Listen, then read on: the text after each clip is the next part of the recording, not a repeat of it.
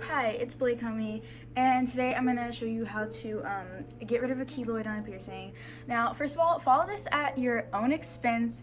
I'm really not sure about the science behind this. I'm not sure if this is actually that safe, but it's the only thing I have ever done that ever works for keloids, ever.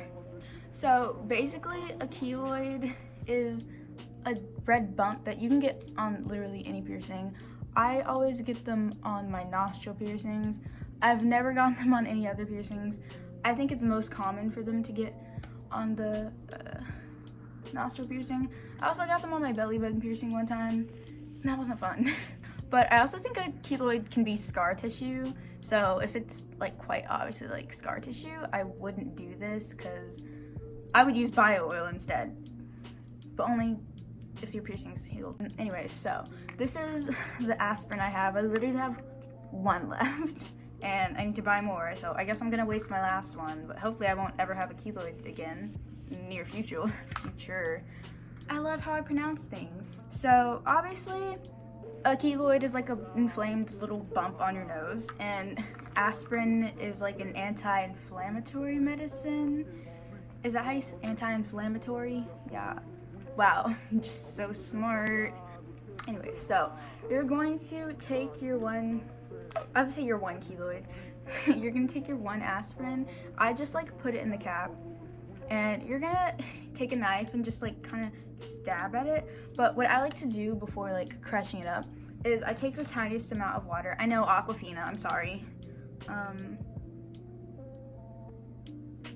Don't take too much water. You want the consistency to be paste-like and not watery, because it holds better if it's paste-like.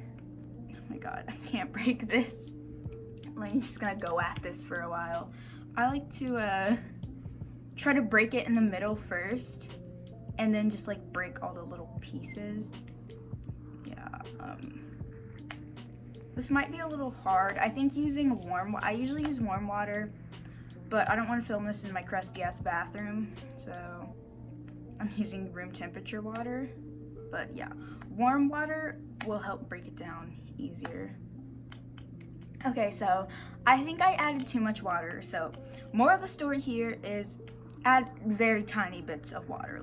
I'm talking about a quarter of a penny. You don't need that much water, because this gets it gets really liquidy really fast, and you don't want it to be liquidy, because then it'll fall off whatever surface you're trying to put it on. Oh my god. I'm just, wow. This takes so long if you don't use warm water, so please use warm water. But when you're done, it should not look chunky, at all. There should not be chunks. It should be a paste, but it shouldn't be liquidy. Okay, so